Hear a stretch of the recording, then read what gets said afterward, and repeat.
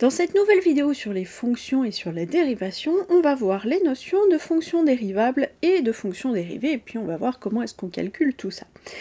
Notez tout de suite qu'un prérequis pour cette vidéo, c'est la vidéo sur le nombre dérivé, puisque tout ce qu'on va raconter est basé sur cette notion-là. Donc si jamais vous n'avez pas regardé la vidéo et vous ne savez pas ce qu'est un nombre dérivé, donc le nombre dérivé d'une fonction en un x, par exemple, donné, il faut absolument retourner la voir, puisque tout va être basé dessus. Allez, commençons tout de suite avec des définitions. On va prendre une fonction f, définie sur, peu importe, un intervalle, sur tout R, etc. Et on va dire que cette fonction f, elle est dérivable sur un intervalle d, ou éventuellement sur une réunion d'intervalles, ça ne changera pas ce qu'on cherche. Intervalle qui peut être ouvert ou fermé, ça restera la même définition. Donc, une fonction f est dérivable sur, disons, d, si et seulement si, elle est dérivable en tout réel a de d. Et c'est là où, qu'est-ce que c'est qu'une fonction dérivable en un réel a? Je vous laisse retourner voir la vidéo sur le nombre dérivé en cas de besoin. Donc, si elle est dérivable en tout réel a de d, f est dérivable sur d. Et si f est dérivable sur d, on va définir ou appeler fonction dérivée de f sur grand D, la fonction qu'on va noter classiquement f', comme ça, qui est définie forcément sur grand D, par f', qui est la fonction qui à tout x de grand D associe le nombre dérivé f' de x. Alors, attention, au niveau de la notation. Alors, bon, je vous ai dit, f' comme ça, c'est la notation classique, c'est la seule notation qu'on verra ici. On peut éventuellement trouver en notation, alors première notation qu'on trouve en physique, notamment dans tout ce qui est mouvement, parfois on met un petit point au-dessus. Ça arrive, mais nous en maths, c'est une notation qu'on utilise à peu près pas du tout. Éventuellement, on peut trouver une notation de ce type-là, alors vous pouvez aussi la trouver parfois dans les calculatrices. C'est une autre notation qui fait référence à des notions un petit peu plus poussées et qui vont ressembler un peu plus à ce qu'on va faire lorsqu'on a des fonctions de plusieurs variables. Bon, je ne m'étends pas dessus. Nous, pour ce qu'on va faire, on va utiliser la notation f'. Par contre, attention pour cette notation, le prime s'applique à la fonction et pas à un nombre. J'ai bien mis ici f'. J'ai pas de x dans l'histoire. Donc, je vous ai déjà dit dans une précédente vidéo, sur la définition des fonctions, attention, on fait bien les différences entre f, qui est la fonction, et f de x, qui est un nombre. Là, c'est pareil, le prime s'applique à la fonction, et pas à un nombre. Ça veut dire que, par exemple, on ne peut pas écrire x carré prime, parce que x carré, c'est pas une fonction, c'est un nombre. D'accord? Bon, il se trouve néanmoins que, cet abus de notation, cette notation-là du type x2', on la trouve parfois pour simplifier les écritures, notamment quand on fait, quand on énumère un certain nombre de dérivés classiques. Mais attention, ça n'a pas de sens. Donc, quelque part, au brouillon, ok, mais ça ne s'écrit pas. Ça ne s'écrit pas dans une copie, ni en justification, ni quoi que ce soit. Et puis, de façon générale, vous faites bien attention à ne pas mélanger les notations, la fonction et le nombre. Et puis, une autre remarque, je vous ai ici mis dans la définition une fonction f qui est dérivable sur un intervalle d. Notez que cet intervalle d n'est pas forcément tout l'ensemble de définition de la fonction. on peut avoir des fonctions qui sont dérivables sur un intervalle plus petit que le domaine de définition, ou bien on peut avoir des fonctions qui sont dérivables sur tout l'ensemble de définition.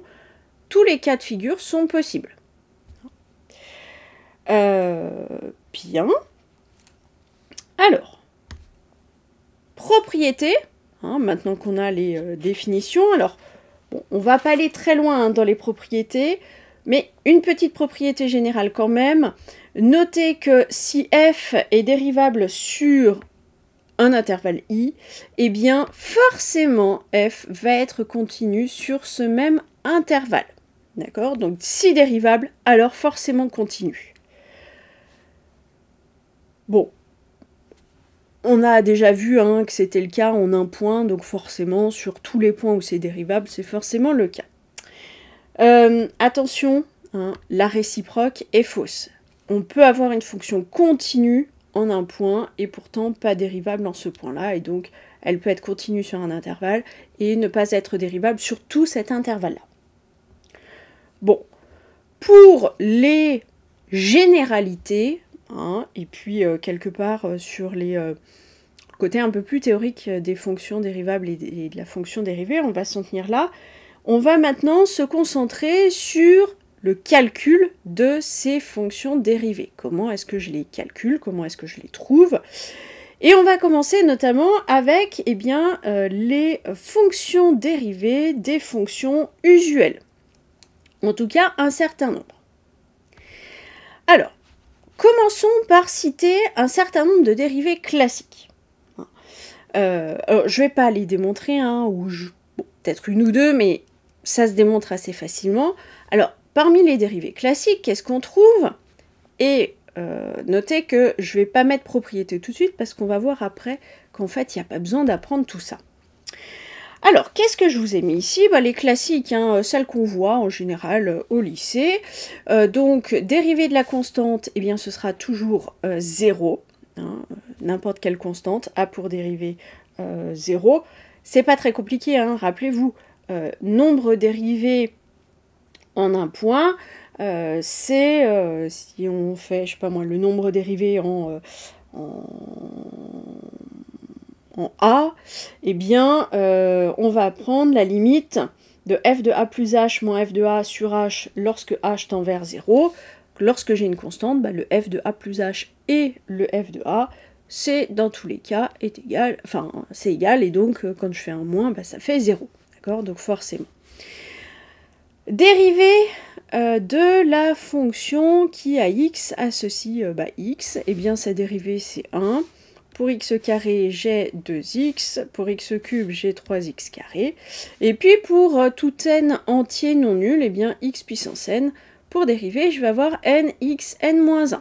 Attention, encore une fois, là je fais des abus dans ce que je raconte, mais je vous ai bien écrit comme il faut, c'est la fonction f et la fonction f'. Bon, notez que pour toutes ces fonctions, le domaine de définition et le domaine de dérivabilité, c'est R dans tous les cas, il n'y a pas de souci, ça se dérive sans problème. Encore une fois, si vous voulez montrer n'importe quelle de ces fonctions, de ces formules, eh bien il suffit de l'écrire. Je sais pas moi, allez, montrons celle-là, x carré, bon f' de x, si ça existe, on va avoir la limite, lorsque h tend vers 0, de f de x plus h moins f de x sur h, c'est-à-dire la limite quand h tend vers 0 de x plus h au carré moins x au carré sur h. Ça nous fait limite lorsque h tend vers 0 de, x plus h au carré, c'est x carré plus 2xh plus h au carré moins x carré sur h. Vous voyez que les x carrés vont se simplifier. Et puis, je vais simplifier ma fraction ici. Il me reste la limite lorsque h tend vers 0 de 2x plus h. Et lorsque h tend vers 0, et bien ça a pour limite 2x. Et donc, on retrouve la formule qui est ici. On procède de même pour les autres. Bon, sur les x puissance quelque chose, c'est pas plus compliqué que le calcul qui est ici. Dans les formules classiques, on a également 1 sur x qui est forcément défini pour x différent de 0. La dérivée, on va avoir moins 1 sur x au carré, et c'est dérivable aussi pour tout x différent de 0. Bon, un tout petit peu plus compliqué à démontrer, mais guère plus. Et puis, dans les fonctions, dans les formules un peu classiques, on a racine de x qui a pour dérivée 1 sur 2 racine de x. Attention, racine de x est définie pour tout nombre positif ou nul. Elle n'est dérivable que pour des nombres qui sont strictement positifs. D'ailleurs, vous voyez bien que si x est égal à 0, cette formule-là n'a pas de sens. Elle ne s'écrit pas. Bon. Donc, on a comme ça un certain nombre de fonctions classiques. Pourquoi est-ce que je vous les ai mises comme ça à part et que j'ai pas mis propriété autour? Bien, parce que finalement, vous voyez que, bon, toutes les formules qu'on a ici, finalement, il suffit d'avoir le x puissance n. Vous prenez la formule, ce sera vrai aussi pour une constante. Constante, c'est du x puissance 0. Une constante fois x puissance 0. Et x puissance 0, bon, peu importe le x puissance n, enfin 0 ou moins 1, vous voyez bien que de toute façon, on va multiplier par 0. Donc, si vous voulez, ça reste à peu près la même formule. Mais, si on se rappelle aussi, on a dit que 1 sur x, justement, ça s'écrit sous la forme x puissance moins 1. Et si je reprends la formule qui est ici, avec n qui vaut moins 1, qu'est-ce que j'ai? J'ai moins 1, x puissance moins 1 qui fait moins 2. Ah bah oui, mais x puissance moins 2, c'est 1 sur x carré. Et donc en fait, la formule qui est là, c'est la même formule qu'ici, avec n qui est égal à moins 1. Et puis de la même façon, le racine carrée qui est là, en fait, ça on sait que c'est x puissance 1 demi. On l'a déjà vu.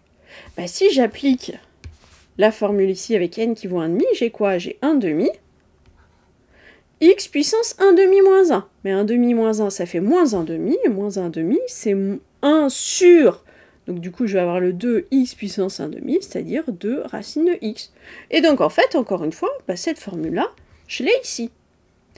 Donc, pourquoi est-ce que je vous ai pas mis tout ça dans un joli tableau à marquer propriété? Eh bien, tout simplement parce que c'est pas la peine d'apprendre tout ce tableau-là.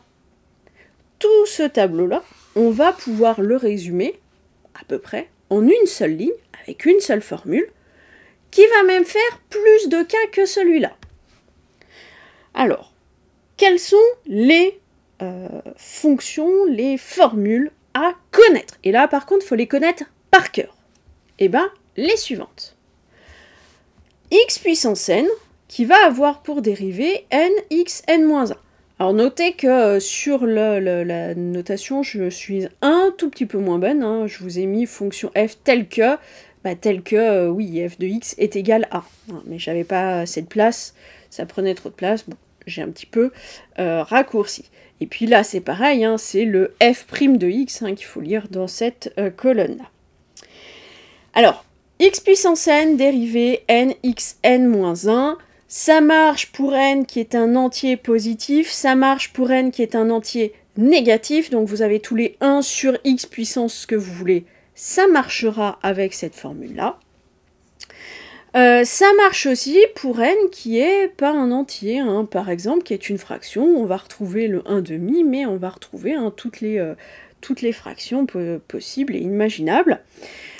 Notez par contre que j'ai laissé des trous ici. Pourquoi? Eh bien parce que le domaine de définition et le domaine de dérivabilité va changer selon que n est un entier positif, un entier négatif, pas un entier, etc. C'est ce qu'on a vu en fait dans le petit tableau précédent. D'accord? Donc ce sera la bonne formule là où ça a un sens. Dans les autres formules qui sont à connaître par cœur, eh bien l'exponentielle, c'est très simple, sa dérivée, c'est elle-même, et c'est dérivable et c'est défini sur tout R, pas de problème. Le log, eh bien la dérivée, c'est 1 sur x. On a domaine de définition et domaine de dérivabilité qui est R plus étoile. Hein. Je vous rappelle que le log est défini que pour x strictement positif. Le cosinus qui a pour dérivée moins sinus, et le sinus qui a pour dérivée cosinus. Bon, là, on verra un petit peu plus tard qu'il faut en connaître au moins une. Souvent, pour cosinus, sinus, on se rappelle que c'est croisé. Ce qui pose problème, c'est où est-ce qu'on met le moins. Bon, le plus simple, c'est de l'apprendre par cœur, mais je vous montrerai dans les applications comment est-ce qu'on peut retrouver où est-ce qu'on met le moins. Voilà, donc essentiellement pour les fonctions qui nous intéressent, hein, pour ce qu'on va faire, eh bien si vous connaissez ces fonctions-là, vous pourrez vous débrouiller avec toutes les fonctions qu'on va voir.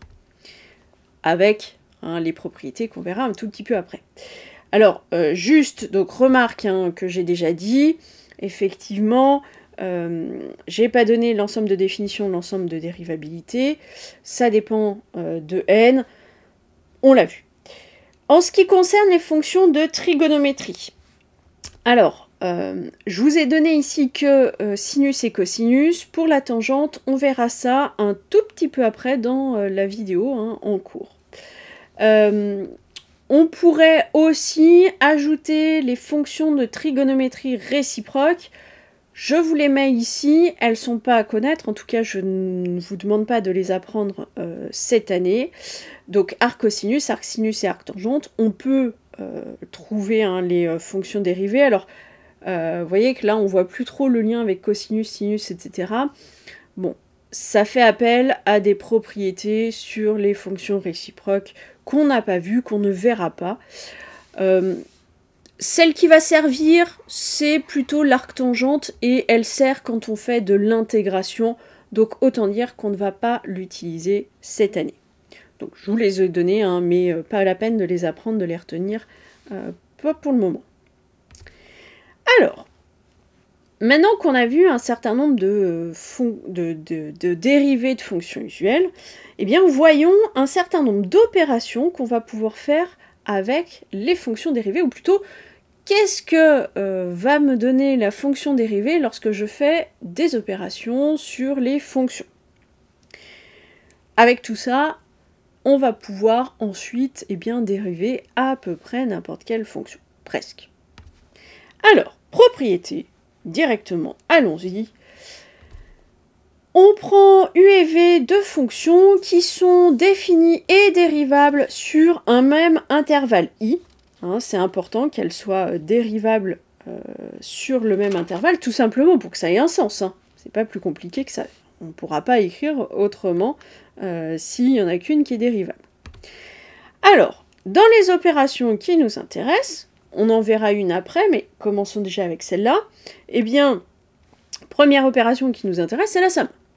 Qu'est-ce qui se passe lorsque je veux faire la dérivée de la somme de deux fonctions? Eh bien, c'est très simple. La dérivée, c'est la somme des dérivées. D'accord? Donc U plus V, alors là, comme c'est une fonction, je pourrais écrire un prime comme ça, c'est égal à U prime plus V prime. Le produit, attention, UV, le tout prime, c'est pas U prime fois V prime. C'est U prime V plus U V prime. Et puis, pour le quotient, bien évidemment, il faut que V de x soit différent de 0. U sur V, le tout prime, qu'est-ce que c'est? Eh bien, c'est U prime V moins U V prime sur V carré. Bon. Allez, je ferai la remarque après. On peut bien évidemment démontrer ces différentes formules. Alors, c'est pas forcément très compliqué, il faut l'écrire en réalité, repartir de la définition. Allez, je fais un exemple. Je vais prendre la somme, c'est le plus simple, ce sera le plus facile, mais les autres, c'est pas plus compliqué que ça. Qu'est-ce qu'il faut faire? Ben, on a dit, on prend la limite. Lorsque h tend vers 0, toujours le plus simple hein, de prendre cette définition-là, de u plus v en a plus h, moins ma fonction u plus v en a, que je divise par h. Bah maintenant, il n'y a plus qu'à, hein, donc on sait que bah, u plus v en n'importe quel x, bah, c'est u de x plus v de x, hein, c'est la définition de la somme de deux fonctions. Donc j'ai u de a plus h, plus v de a plus h, moins u de a, moins v de a, divisé par h, et vous voyez qu'en fait il suffit de regrouper les u ensemble et regrouper les v ensemble, c'est donc la limite, lorsque h tend vers 0, de u de a plus h moins u de a sur h, plus v de a plus h moins v de a sur h. Bon, et puis limite d'une somme, c'est égal à la somme des limites. Donc, hop, j'enlève mes parenthèses, je rajoute ma limite ici, et vous voyez que pour n'importe quel nombre a pour lesquels mes fonctions sont dérivables, eh bien j'ai ici u' de a et v' de a. D'où la première formule hein, qui est ici. Et on procède encore une fois de même pour les autres. Allez, remarque, parfois on trouve en plus des formules, des trois formules que je vous ai données, les deux formules suivantes. Bon, produit par un réel, hein, c'est simplement KU, le tout prime, c'est K fois U prime. Ça se retrouve tout simplement, c'est finalement cette formule-là, sauf que quand vous allez dériver une constante, vous avez 0, et donc ça simplifie, et donc on arrive là-dessus. Et puis, la fonction inverse, alors, je vous ai donné le quotient, j'aurais pu vous donner l'inverse à la place. Les deux sont reliés hein, forcément, puisque 1 sur v, c'est un cas particulier de u sur v où vous avez u qui est une constante, et donc on retrouve cette formule-là. Ou alors, si je vous avais donné l'inverse, eh bien le quotient, c'est u fois 1 sur v, et donc en prenant cette formule-là et cette formule-là, on retrouve celle-là. Bon, peu importe, quoi qu'il en soit, pour tout ce qui est ces opérations-là, vous avez besoin de connaître ces trois formules et ce sera suffisant. D'accord? Donc on a vu, 5 formules pour les fonctions usuelles et 3 formules ici pour les opérations. On va en rajouter uniquement une et c'est tout ce qu'il y aura besoin de connaître par cœur. Bon, alors, en application de ces formules, on a quand même quelques éléments. Quoi donc? Eh bien, comme on sait, premièrement, que toute fonction polynôme s'écrit sous cette forme-là, comme je peux appliquer hein, ce qu'on a vu, eh bien, propriété, toutes les fonctions polynômes sont dérivables sur R. Puisque finalement, j'ai une fonction, plus des fonctions. Bon, dérivée de la somme, c'est la somme des dérivés, et dérivée de, alors, un nombre fois une fonction, bon, on a dit c'est le nombre fois la dérivée de la fonction, et x puissance n, là, c'est un polynôme, hein, donc n est forcément un entier positif, eh bien, c'est dérivable sur R, et la dérivée, elle n'est pas compliquée, hein, on a dit c'est n fois x puissance n-1. Donc, toute fonction polynôme est dérivable sur R et sa dérivée est facile à écrire. Hein, f' de x, qu'est-ce que ça va être? Le premier morceau, j'ai le an qui est une constante, donc je vais le garder. Et puis x puissance n, on a dit, c'est n fois x puissance n-1. Et puis, le prochain morceau, le an-1, c'est une constante. Et puis le x puissance n-1, quand je dérive, je vais avoir quoi? Je vais avoir n-1, x puissance n-1-1, c'est-à-dire n-2, hein, etc., etc. Le a2x2, je vais avoir a2 fois 2x. Le A1x, je vais avoir A1 fois 1, donc juste A1, et puis le A0 qui est une constante, donc qui a pour dérivée 0, et donc j'ai ma dérivée. D'accord? Donc tout polynôme se dérive et se dérive très facilement. Autre application de ces formules, la fonction tangente. La fonction tangente, on sait, on a vu que c'est sinus divisé par cosinus. On connaît la dérivée de sinus, on connaît la dérivée de cosinus, et on connaît la formule de la dérivée d'un quotient. Donc on peut, sans trop de problème, calculer la dérivée de la tangente. Attention, la tangente, on sait qu'elle n'est pas définie pour tous les pi sur 2 plus kpi. Donc elle sera, alors on peut le montrer, qu'elle sera dérivable sur ces intervalles-là. Et la formule, c'est quoi? Eh bien, tangente prime de x est égale à 1 sur cosinus carré x. Et on a une autre formule, c'est aussi égal à 1 plus tangente carré x, ce qui veut d'ailleurs dire que 1 sur cos carré x est égal à 1 plus tangente carré x. Bon, on peut, sans trop de problème, démontrer cette formule-là. Alors, qu'est-ce qu'on a? Eh bien, allez, je vais mettre là, tangente prime de x, qu'est-ce que c'est? On a dit u sur v prime, c'est u prime v moins u v prime sur v carré. J'applique. Ici, donc, mon u de x, c'est sinus de x, et mon v de x, c'est cosinus de x. Donc, tangente prime de x, c'est quoi?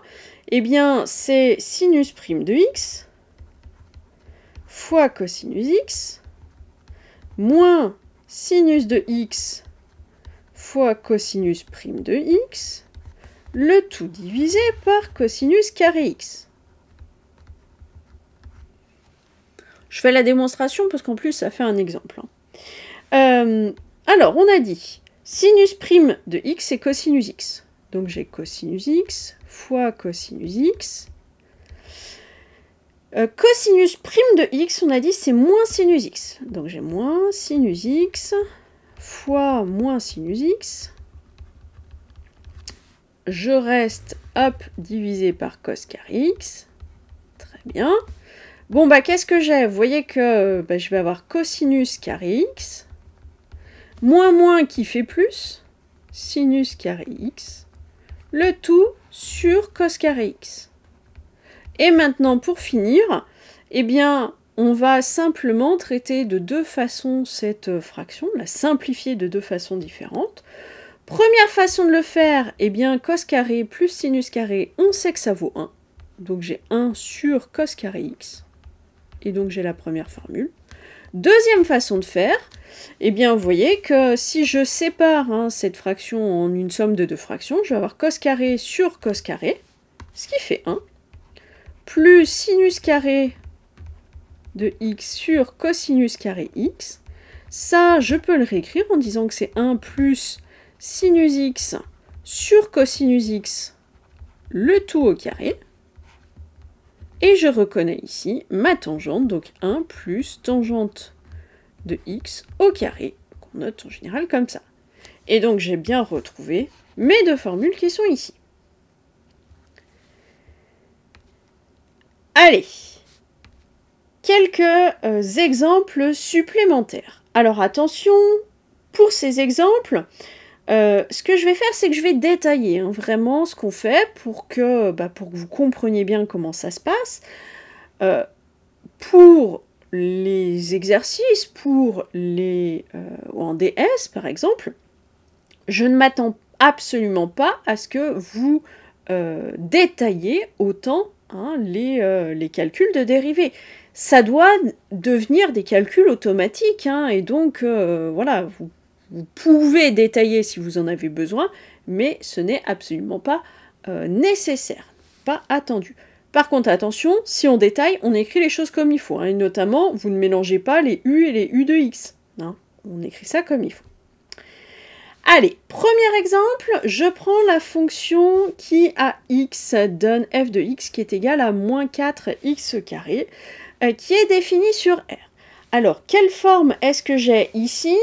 Eh bien, on peut dire par exemple que f, c'est de la forme UV, avec u de x qui vaut moins 4, et v de x qui vaut x carré.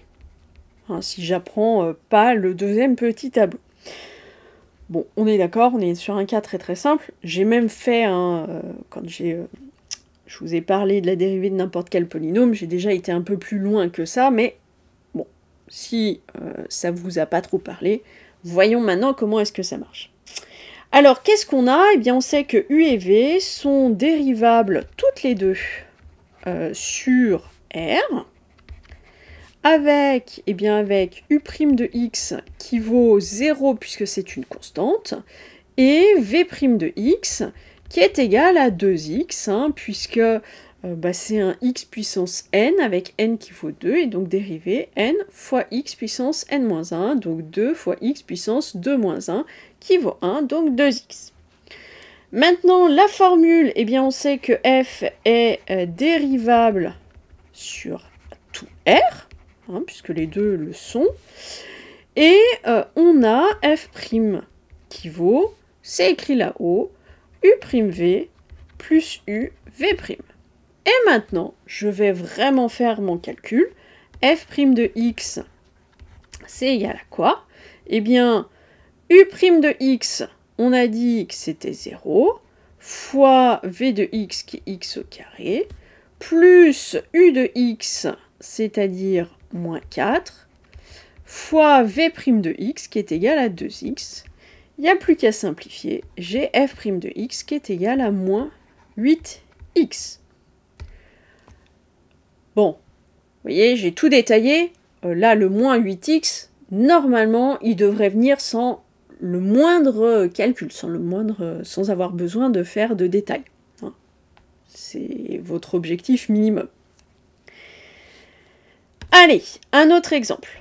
X cube plus x défini sur R. Donc là, on est dans un cas où on a f qui est égal à u plus v, avec u de x qui vaut x cube, et v de x qui est égal à x.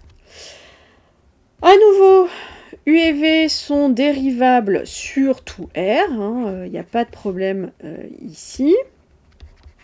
Et puis, on a, je vais mettre avec u' de x, c'est un u, qui était donc égal à, alors j'ai du x puissance n avec n qui vaut 3, donc 3x puissance 3 moins 1, c'est-à-dire 2, et v' de x, eh bien, qui va être égal, donc c'est du x puissance 1 fois x puissance 1 moins 1, c'est-à-dire x puissance 0, c'est-à-dire 1, donc j'ai 1.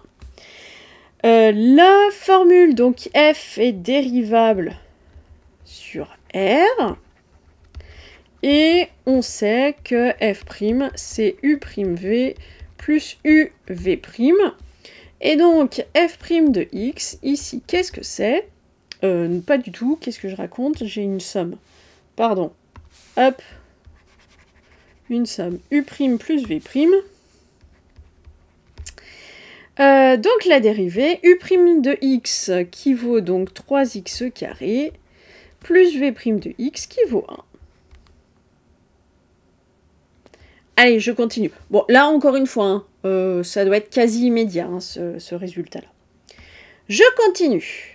Prenons la fonction f donnée par f de x qui est égale à x racine de x, et qui n'est définie bien évidemment que sur 0 plus l'infini, la racine carrée n'étant pas définie autrement. Alors, on reconnaît ici une fonction du type u fois v, avec u de x, qui est donc égal à x, et v de x qui est égal à racine de x. Racine de x, je vous rappelle tout de suite que c'est égal à x puissance 1 demi. Alors, u et v sont toutes les deux dérivables sur, attention, alors u, pas de problème, c'est dérivable sur tout R, par contre v, on a dit elle est dérivable uniquement sur 0 exclu plus l'infini, hein, sur les nombres strictement positifs. Donc, sur quel intervalle est-ce que les deux sont dérivables? Eh bien, sur justement 0 plus l'infini, hein, comme ça, j'aurais pu écrire un R plus étoile si vous préférez. C'est pareil. Et puis, qu'est-ce qu'on a? Alors, U' de x, on l'a vu juste avant, ça vaut 1, et V' de x, eh bien, comme j'ai dit que x est que racine de x est x puissance 1/2, pas besoin d'apprendre une formule de plus. J'ai quoi? J'ai 1/2, hein, c'est le n, fois x puissance 1/2 moins 1, donc moins 1/2, c'est-à-dire 1 sur 2 racine de x. Donc, ici, f est dérivable, eh bien, sur, justement, allez, je vais réécrire R plus étoile, ce sera plus court. Et puis, eh bien, la formule f', j'ai la dérivée du produit, donc u'v plus uv'. J'ai plus qu'à appliquer f' de x, c'est égal à, alors, u' de x. U' de x, on a dit, c'est 1. Fois v de x, je vais remettre la racine, plus u de x qui vaut x, fois v' de x, 1 sur 2 racines de x. Donc vous voyez ici, hein, pourquoi est-ce que c'est bien sur 0 exclu plus l'infini que c'est défini. Maintenant, je vais simplifier, j'ai racine de x plus, eh bien, x sur racine de x, je vais avoir une simplification, donc racine de x sur 2. Remarquez que là, on perd hein, le fait que on divisait par 0 et donc c'était pas défini en 0, mais il n'empêche que la dérivée, elle n'est définie que sur 0 exclu, hein, plus l'infini. Et puis là, je vais finir, hein, 3 racines de x sur 2. On simplifie tous les calculs qu'on peut simplifier, bien évidemment. Allez, je continue encore dans mes exemples, on n'a pas vu tous les cas de figure. Allez, un petit quotient. Alors, je prends ma fonction f définie par f de x qui est 2x plus 1 sur x moins 3, bien évidemment définie sur r privé de 3, hein, puisque je ne peux pas diviser par 0. Alors ici, eh bien, j'ai un quotient, donc f qui est de la forme u sur v, avec eh bien, u de x qui est égal à 2x plus 1, et v de x qui est égal à x moins 3. Mes deux fonctions u et v sont dérivables. Alors, si je les prends séparément, elles sont dérivables sur tout r. Pas de problème. Oui, mais ma fonction f, elle est définie sur r privé de 3, donc ça ne m'intéresse pas de regarder ce qui se passe en 3. Donc, u et v sont dérivables sur r privé de 3, hein, et sur r privé de 3, eh bien, v de x est différent de 0. Donc, je peux appliquer ma formule, hein, et j'aurai donc ma dérivée sans problème. Alors, je vais quand même redonner u' de x. Bon, 2x plus 1, ça fait 2 fois 1 plus 0, donc j'ai 2. Et v' de x, eh bien, je vais avoir simplement 1. Alors, mettre ça comme il faut, hop, égale 1. Donc, f est dérivable sur, eh bien, r privé de 3. Encore une fois, il n'y a pas de souci, sauf en 3 parce que c'est pas défini. Et puis, on va avoir f', donc u'v moins uv' sur v carré. Je remplace, je calcule, allons-y, f' de x est égal à, alors u' de x qui vaut 2, v de x qui vaut x moins 3, moins u de x, c'était 2x plus 1, fois v' de x, on a dit c'est 1, divisé par v de x au carré, c'est-à-dire x moins 3, le tout au carré, Et vous ne me laissez pas ce calcul comme ça, hein. On finit de calculer la fraction. Donc on a 2x moins 6, moins 2x moins 1. Hop, les 2x vont se simplifier, divisé par x moins 3 au carré. Surtout, ne développez pas le dénominateur. Lorsqu'on va faire des calculs de dérivée, ce qui nous intéressera la plupart du temps, ce sera le signe de la dérivée, et donc gardez très précieusement vos formes factorisées au dénominateur. Bon, donc pendant que je parlais, hein, j'ai fini mon calcul, moins 7 sur x moins 3 au carré. Allez, un dernier exemple pour ces formules-là.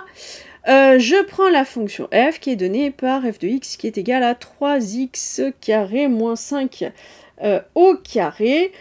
Bon, c'est défini sur R. Alors le carré, je peux le voir comme étant un produit. Hein. Je vais avoir donc u de x qui est égal à v de x qui est égal à 3x carré moins 5. Bon, je vais un peu plus vite. Les deux sont dérivables sur R, bien évidemment. Et puis, on va avoir u' de x qui est bien évidemment égal à v' de x qui est bien évidemment égal à... alors, je vais avoir 3 fois 2x, donc ça va faire 6x. Le 5 hein, qui a pour dérivée 0. Donc, f est dérivable sur R, pas de souci. Et puis, eh bien, f' qui est donc égal à u'v plus uv'. Bon, là, dans le cas qui nous intéresse, hein, u c'est égal à v, donc vous voyez bien qu'on va avoir, allez, si j'écris tout avec du u, je vais avoir 2 fois u fois u'. Et puis, bah, je remplace, donc f' de x, c'est égal à 2 fois u de x, donc 3x2 moins 5, fois u', c'est-à-dire fois 6x, donc j'ai 12x fois 3x2 moins 5. Alors, deux remarques. Donc, je vous ai dit, si vous voulez détailler, vous pouvez. C'est pas une obligation. Par contre, si vous le faites comme il faut. Vous ne mélangez pas les 2x, les pas de x. Hein. Si j'ai du x, j'en ai dans toute mon égalité. Donc là, j'ai du x, là, j'ai du x, là, j'ai du x. Si j'ai pas de x, j'en ai nulle part. Là, j'ai pas de x, j'en ai pas ici non plus. Là, j'ai pas de x, j'ai pas de x, j'ai pas de x, j'ai pas de x. D'accord ? Donc si j'ai des x, j'en ai de tous les côtés du égal. Et si j'en ai pas, j'en ai nulle part. On retient bien, on fait attention. Bon, et puis deuxième remarque. Dans cet exemple qui est là, bah finalement, regardez, si je prends... allez... je l'ai pas écrit, tiens. Si j'écris f qui est égal à u carré, que je laisse tomber un petit peu ce côté f, bah vous voyez que u carré, la dérivée, ça ressemble un petit peu à ce qu'on avait quand on avait, je vais écrire comme ça, quand j'avais x carré, bah, je me rappelle, la dérivée, hein, c'était 2x. On voit qu'on a quelque chose qui ressemble quand même. Hein, alors c'est plus du x, c'est du u, donc c'est une fonction, donc c'est pas tout à fait la même chose. Vous voyez que là on a du u', mais n'empêche qu'on retrouve le 2, on retrouve le u à puissance 1. Alors en fait c'est pas, ça vient pas de nulle part. Hein. Tout simplement c'est la formule qu'on va voir maintenant qui concerne la dernière opération qui va nous intéresser, c'est la composition des fonctions. Alors, qu'est-ce qui se passe lorsque je veux dériver une fonction composée? Si vous ne vous rappelez pas de ce que c'est, hein, je vous laisse retourner voir la vidéo sur les fonctions composées, sur les opérations des fonctions. Alors, on va prendre une fonction composée, donc prenons par exemple f qui est égal à g rond u. Hein, donc, ça veut dire que f de x, c'est g de u de x. Ça, c'est la définition d'une fonction composée. Qu'est-ce qu'on peut dire pour la dérivée de f? Eh bien, f va être dérivable, disons en x0, hein, en un point x0. Si x0, ça vous embête, remplacez par a, ça marchera pareil. Quand? Eh bien, il faut que u, la fonction u, soit dérivable en x0, et en plus, il faut que la fonction g soit dérivable mais attention, en u de x0. Forcément. Si c'est le cas, eh bien, formule la dérivée ou le nombre dérivé. Disons f' de x0, c'est quoi? Bon, bah par définition, c'est g rond u' de x0. Là, j'ai rien dit, j'ai pas mis de formule, rien, j'ai juste réécrit f par sa définition g rond u. Qu'est-ce que c'est? Formule, c'est égal à u' de x0 fois g' de u de x0. Et ça, je vais pouvoir le simplifier, le synthétiser, en disant que la fonction g rond u', la dérivée de g rond u, c'est quoi? C'est u' fois g' rond u. Donc cette formule-là, hein, si vous le remplacez, j'ai mis x0, mais si vous voulez mettre un x, c'est pareil, vous obtenez ça. D'accord? Donc retenez celle que vous voulez, bon la plus simple c'est celle-là, mais il faut pouvoir l'écrire. Bon, de façon assez similaire aux autres opérations, eh bien ça se démontre pas difficilement, il suffit de l'écrire, hein, vous écrivez f de x moins f de x0 sur x moins x0, vous remplacez ça avec les g, enfin les g et les u, et ça se fait relativement simplement, en fait, il faut juste... faut juste l'écrire, en fait. Vous allez avoir g de x moins... g de u de x, pardon, g de u de x moins g de u de x0, hop, sur x moins x0, là, artifice qui va faire que tout marche bien, on va simplement multiplier et diviser par la même chose. Donc ça, bah, c'est bien égal à g de u de x moins g de u de x0, divisé par u de x moins u de x0, fois u de x moins u de x0. Donc en fait, si je prends ça, enfin ça divisé par ça, ça fait 1, donc j'ai rien changé. Je remets ça, et vous voyez, quand on va prendre la limite de ça, eh bien on va obtenir le g', enfin celui-là. Et lorsque je vais prendre la limite de ça, eh bien je vais obtenir ça. Limite lorsque x tend vers x0, bien évidemment. J'ai pris l'autre définition de la dérivation.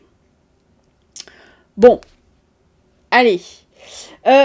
Alors, notez que, en particulier, eh bien, ces formules-là nous permettent de retrouver des formules qu'on nous donne parfois, par exemple au lycée.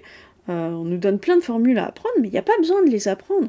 Apprenez juste la fonction, la formule, la dérivée de des fonctions composées. Qu'est-ce qu'on a? Par exemple, exponentielle u. Exponentielle u, c'est quoi? C'est du g rond u avec g de x qui est e de x. Donc, quand je veux trouver la dérivée de e de u, qu'est-ce que j'ai? Pas besoin d'apprendre une nouvelle formule. J'ai u' fois g' rond u. Oui, mais g', enfin g, c'est l'exponentielle. Donc, la dérivée, c'est l'exponentielle. Donc, j'ai e de u. Et vous voyez que ça, c'est une formule qu'on apprend parfois par cœur, mais il n'y en a pas besoin. On connaît la dérivée de l'exponentielle, on connaît la dérivée d'une composée. C'est bon, on retrouve. Autre exemple. Ah ben, je l'avais fait. Autre exemple, le log. Bah, log de u, c'est du g rond u avec g de x qui est log de x. Oui, mais g' de x, bah, c'est 1 sur x, fonction usuelle à connaître. Et puis, j'applique la formule, la dérivée, c'est quoi? C'est u' fois g' de u. Bon, bah c'est u' sur u. Pas besoin d'apprendre par cœur. Et on peut continuer. U puissance n, pareil, c'est une composée. Je connais mes formules. J'ai u' fois n, u puissance n-1. Remarquez que le cas n égale 2, c'est celui qu'on a vu tout à l'heure.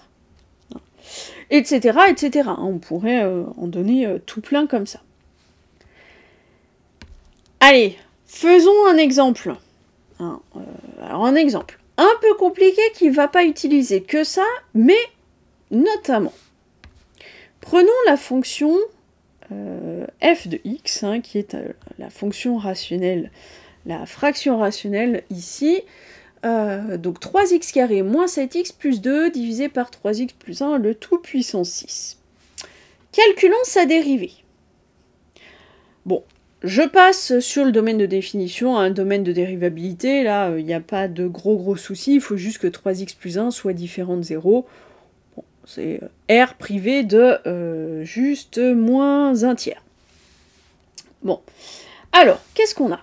F, c'est une fonction du type U sur V, avec U de x qui est égal à 3x carré moins 7x plus 2. Et donc, pas de souci, hein, on va avoir U' de x qui va être, alors 3 fois 2, ça fait 6, donc 6x moins 7. Et puis, V de x qui va être 3x plus 1 puissance 6. Et là, là c'est un tout petit peu plus compliqué hein, pour calculer V' de x. Alors, qu'est-ce qu'on a ? Eh bien, on peut dire, par exemple, que V, c'est quoi ? C'est du W puissance 6, ou bien on peut dire que c'est du G rond W, où on a, eh bien, G de... Alors, allez, pour changer, je vais mettre Y, mais vous pouvez mettre X, il n'y a pas de souci. G de Y, eh ben, c'est donc Y puissance 6, et puis W, allez, de X, qui est donc 3X plus 1. Donc, G' de Y, ça va être, eh bien, 6Y puissance 5, et W' de X, ça va être 3. Donc, qu'est-ce qu'on a ? Eh bien, on a V' qui est donc W' fois G' rond W, c'est-à-dire V' de x qui est égal à W' de x, c'est 3, fois G' de W de x. Donc, 6 fois, alors, je remplace mon y hein, par mon W de x, donc 3x plus 1, c'est pour ça que je vous ai mis du y, et puis puissance 5. Donc ça nous fait 18 fois 3x plus 1 puissance 5. Et maintenant, je vais pouvoir terminer et calculer f' de x. F' de x, c'est quoi ? Rappelons-nous, si f c'est u sur v, eh bien on va avoir f' qui est égal à u'v moins uv' sur v carré. Donc f' de x, c'est u' de x. U' de x, on a dit que c'était 6x moins 7. J'oublie pas mes parenthèses. Fois v de x. V de x, c'est 3x plus 1 puissance 6, moins u de x, 3x2, moins 7x plus 2, fois v' de x, fois mon 18 fois 3x plus 1 puissance 5, le tout divisé par v de x, c'est-à-dire 3x plus 1 puissance... je me suis perdue. Puissance 6, le tout au carré. Bon, il n'y a plus qu'à simplifier tout ça. Alors, vous voyez qu'au numérateur, j'ai un élément plus ou moins, peu importe, un autre élément. Et dans ces deux éléments, j'ai du 3x plus 1 avec des certaines puissances dans les deux. Donc, je vais pouvoir mettre en facteur 3x plus 1 puissance... Puissance quoi ? La plus petite, hein, qui soit commune aux deux éléments de ma somme, c'est-à-dire puissance 5. Donc, je vais mettre 3x plus 1 puissance 5 en facteur. Facteur de quoi ? Alors, dans la première partie de la somme, j'ai 6x moins 7. Et puis, mon 3x plus 1 puissance 6, hein, c'est 3x plus 1 puissance 5 fois 3x plus 1. Donc, il me reste un 3x plus 1. Et puis ici, dans le deuxième, il me reste moins 18 fois mon 3x carré moins 7x plus 2. Et puis au dénominateur, j'ai 3x plus 1 puissance 6, le tout puissance 2. Donc j'ai, je me rappelle les formules, 3x plus 1 puissance 12. Maintenant, je vais pouvoir simplifier, parce que là j'ai 3x plus 1 puissance 5, là j'en ai puissance 12. Donc je vais simplifier les deux. Donc il va me rester au dénominateur 3x plus 1 puissance 12 moins 5, c'est-à-dire 7. Et au numérateur, je vais développer mon numérateur pour pouvoir simplifier tout ça. Donc qu'est-ce que j'ai? Alors 3 fois 6, ça fait 18x carré, plus 6x, moins 21x, moins 7, moins 18, non 18 fois 3, pardon, moins 54, moins 54x carré, moins qui fait plus, 18 fois 7 qui fait 126, et puis je vais avoir moins 36. Allez, on va simplifier. Alors, dx carré, j'en ai 18 moins 54, pardon, ça fait moins 36x carré. Dx, j'en ai 6 moins 21 plus 126, il m'en reste 111. Et puis, j'ai quoi? J'ai moins 7 moins 36, ce qui fait moins 43. Le tout divisé par 3x plus 1 puissance 7 qu'on ne développe certainement pas. Faites attention, c'est un calcul assez classique, mais il ne faut pas se tromper dans les règles de calcul avec les puissances, etc. Ou avec les fractions, on fait des calculs corrects. Bien. Allez. Pour terminer cette vidéo, quelques mots sur les dérivés d'ordre supérieur. Alors, dans ce qu'on a vu là, eh bien, on a dérivé une fois une fonction. Mais vous voyez bien qu'une fois que j'ai dérivé une fonction, j'obtiens une nouvelle fonction que je peux a priori dériver, encore une fois. Peut-être pas sur le même ensemble de définitions, mais en tout cas, je vais pouvoir la redériver. Enfin, presque toujours. Parfois, on peut pas, mais souvent, on peut. Donc, quand je dérive la dérivée, et puis je peux redériver encore, etc., on va parler justement de dérivée d'ordre supérieur de f. Donc, définition et notation, et c'est à peu près tout ce qu'on verra sur cette notion-là. Eh bien, si je prends une fonction f définie par exemple sur i, on va noter, ou on peut noter, f, alors vous voyez qu'on dirait une puissance, mais il y a des parenthèses autour du 0. Donc f puissance entre parenthèses 0, en fait c'est la dérivée zéroïème si vous voulez de f, c'est simplement f. La dérivée première qu'on va pouvoir noter f puissance entre parenthèses 1. Alors on ne dit pas puissance entre parenthèses, mais c'est pour la notation. Donc ça c'est la dérivée première, donc c'est f'. La dérivée seconde, alors donc la dérivée de la dérivée, donc f' le tout prime, on le note f seconde, et on note ça aussi f, et puis avec la fameuse puissance entre parenthèses 2. Et puis, alors, on va guère plus loin que f seconde. On va pas mettre 3 petits primes, là, ou je sais pas comment on peut le dire. Quand je prends la dérivée de la dérivée seconde, donc f seconde le tout prime, eh bien je vais noter f puissance entre parenthèses 3 pour la dérivée du coup troisième, etc., etc. Donc la dérivée n, alors là j'ai mis la dérivée n plus unième, eh bien c'est la dérivée de la dérivée énième, qu'on va noter comme ça. Et on peut le faire tant que la fonction qu'on obtient elle est dérivable, éventuellement en restreignant, encore une fois, le domaine de dérivabilité. Et je l'ai dit, c'est ce qu'on appelle la dérivée énième de f. Bon, dernier petit point là-dessus, eh bien, remarque, on peut dire d'une fonction qu'elle est de classe Cn, c'est voilà, notation ou définition, sur i, tout simplement, eh bien, si les n premières dérivées de f existent, donc je vais pouvoir aller, j'ai f qui existent, f', f seconde, etc. jusqu'à la dérivée énième.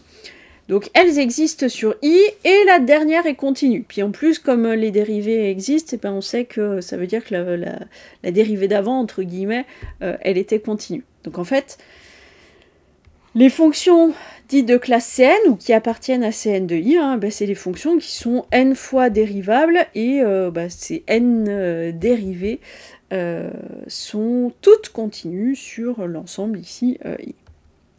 Voilà, donc j'en dis pas plus sur ces fonctions dérivées d'ordre supérieur, puisque c'est juste une dérivée d'une fonction, en fait, à chaque fois. Donc, à part la définition, le reste, c'est ce qu'on a déjà vu. Donc voilà, avec tout ce qu'on a vu, eh bien, on va être capable de dériver quasiment toutes les fonctions qu'on veut pouvoir dériver. Et encore une fois, on a besoin de retenir que, allez, 8 formules, 9, x puissance n, exponentielle, bon, exponentielle est facile, le log, avec cosinus, sinus, dérivée de la somme, du produit, du quotient et de la composée. 9 formules à connaître par cœur, dont certaines très simples. Et avec ça, on fera tout ce qui nous intéressera. Voilà qui conclut cette vidéo.